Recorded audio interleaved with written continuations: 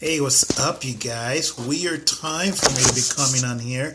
I think it's probably my second, maybe third video this year. I hope you guys are enjoying so far the short videos with ideas giving you guys so far. If you're embarking in one of your solution of working out and whatnot, a lot of the videos are of clients that I have and I have helped with getting back to work out and getting shape without injuring themselves. But that's not what I'm jumping on here at this odd time. But more important so is with the topic of self-worth. Okay, so this is what just happened. I went for a drive 2 days ago, and I started listening to podcasts. And one of my mentors, people that I look up to, and secretly have a crush on, believe it or not, she had a podcast and she was talking about her personal and business vision for 2019. And of course, I was very intrigued about the personal one because, like I said, I secretly have a crush on this wellness business person. Let's just put it like that. But at any rate, one of the things that kind of brought to my attention during the personal vision, which also kind of goes in hand with my private coaching group that we just did, by the way, our BYE workshop a couple weeks ago, was about the self-worth. And I love the fact that this person on the podcast was, let's just say, let's call her Jamie, for lack of a better term. She was very clear. She's a very successful single mom, and she was very clear on what she needed personally, and she was telling or sharing with us that she was ready to start relationships and dating and whatnot now that her business is really blooming, right? But it kind of brought to my attention the fact that, you know, even though she was voicing or speaking out loud that she was not going to be attached to the outcome, she was mostly going to be looking out or checking herself in throughout the process of getting back to dating, right? Now, the other thing that she was going to be working on was in the eating. And this is the one thing I wanted to share with you. Like I mentioned, she's successful, so she can afford trainers and coaches and even housekeepers and whatnot.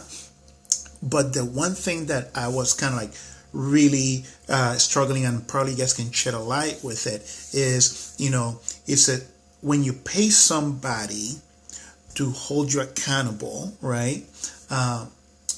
Is it more self-worth or is it their worth? Meaning you're paying them so you can be accountable to work out, even though you hate it, even though you know that you're gonna go back to whatever it is that you do daily. And the one thing that I loved everything because the fact that she's clear on what she needs and the tools and the people and the support team that she needs to help her daily process move forward was amazing. Like, you know, that's one reason I look up to her. But when it came to the eating component, which of course, like many of us, including myself, is the choices of carbs for fueling, which is one of my thoughts that I will share with her if she had a chance to listen to this, is don't refer to carbs as, you know, good carb, bad carbs, but kind of think of your eating as fueling and make your eating an experience so that way you can enjoy your cheeseburgers, your macaroni and cheese and all that good stuff, but think of it like a fueling, and that will help you mentally and emotionally, because we all eat emotionally.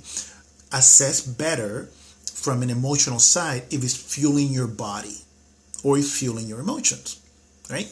Anyway, but it got me to thinking, if she's paying somebody to come and cook for her, what happens? What would happen if all of a sudden that person moves away? Because right now the convenience and the simplicity of this service, that's one of the reasons that she hired. But what if this person all of a sudden, or this service, close down the door, or this chef moves away, and she cannot prepare or cook the meals that you know that A, you don't like to cook, and B, you don't really like to eat?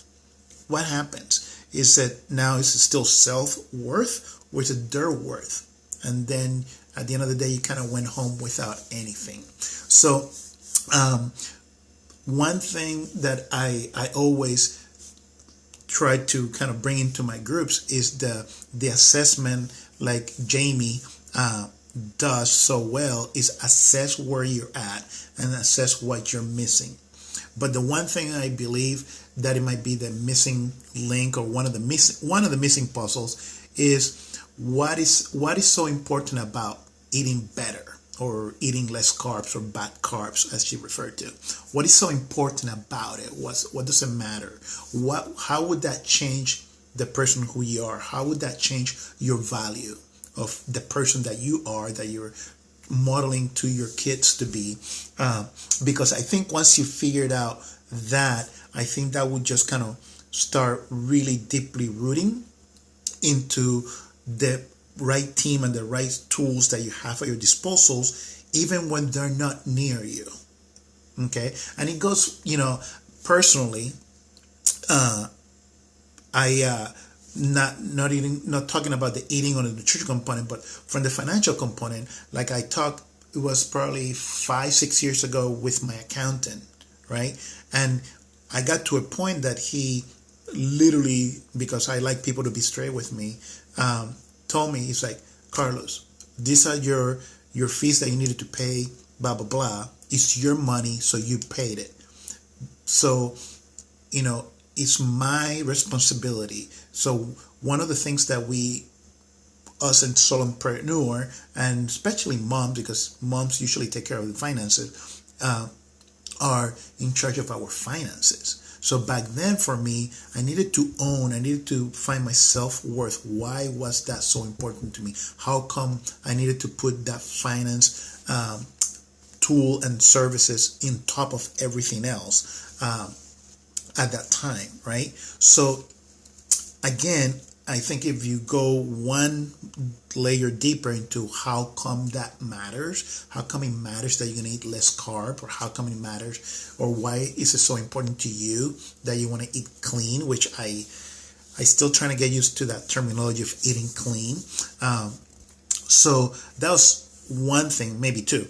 The other thing that I wanted to share with you is the fact that during her sharing of her personal vision for this year, she was sharing about, not attached to having a boyfriend or finding the next best partner for her life, but the whole process. So I think as much as I learned from her about the process of running a business, I think the same thing applies for the process of getting your life pillars in order. And yesterday I posted a picture of laundry, like I was doing my laundry on a Thursday night, and it's like doing laundry. Every week you have to do some laundry, because otherwise it piles up to the point that you cannot get control over it. So just like that, you might need to do your whites, your darks, your mixed colors, whatever, your delicate, but you always got to work on different areas of your personal life, And in my group right now, we run on my wheel of sanity, which is 8 different areas of the wheel, 8 different spokes on that wheel. And the analogy that I keep telling them that we revise every week is, as long as the wheel is able to turn, you're doing okay, because everybody's looking for that balance, and there's no balance, especially if you got kids. It's a matter of making sure that everything is in check. You can drop this one down, but don't let it drop all the way down below ground level, but just keep it afloat, and then work on that one, keep an eye on that other one. So it's like the spokes of the wheel, different areas of your life, the spiritual, your career, your legacy that you're going to live, or you're working on to live behind, and whatnot. So, and of course, the last thing I want to share with you guys, and then I'm going to wait for you guys to reply to me what you think about it. That's my notification to get on a call here, is, the verbal out loud talk that is very important, very critical, because me personally, when I went through this down spiral, emotional, mentally spiral years ago, in the transition of business and personal and change of family and separation and all that, the personal talk is very important. So when you say it out loud, you know, your body intuitively absorbs it. So I am blank, I will blank, I be blank. So when you say it out loud, be very careful, you know, with what you said and how you speak about yourself. Okay. And that's right now what we're practicing with my group about, hey, you know, if there was a movie, what movie? If you were to write a book, what would be the title of your book this week? Or if you're writing a chapter, or what would be the cover of a magazine for this week? So we're working with that on my group right now. So there's a couple of things that this amazing podcast, I think it was pretty amazing. Besides the fact that, again, I got a secret crush on this person, on Jamie. But let me know what you think about it. Self-worth or their worth, because there's gonna be a point that you gotta own this shit. You cannot be keep paying people over and over. And yes, granted, an old colleague of mine years ago, probably 1998, 1999, when I was going away from the clinic, he told me, you know, you do what you do best, which is physical therapy and training, and hire the rest. And that's when I hire my assistant, my front desk and everything, cleaning people, everything. So with that said, you do hire and you get the support team and the tools, but at what point, where do you draw the line of self-worth and their worth? Because you got to own this shit. At the minute you start piping money to those people, all you got is you. So let me know what you think below. I got about 2 more points, maybe 3 on this topic, but I want to get feedback from you guys, and maybe I'll come back live at a later time today, maybe at the usual hour. But I know it's a weird time of the day. I just thought it's been a couple of days, and I wanted to start kind of sharing this with you. So the picture that I put yesterday makes sense about the laundry and keeping up with it and not piling it up and etc.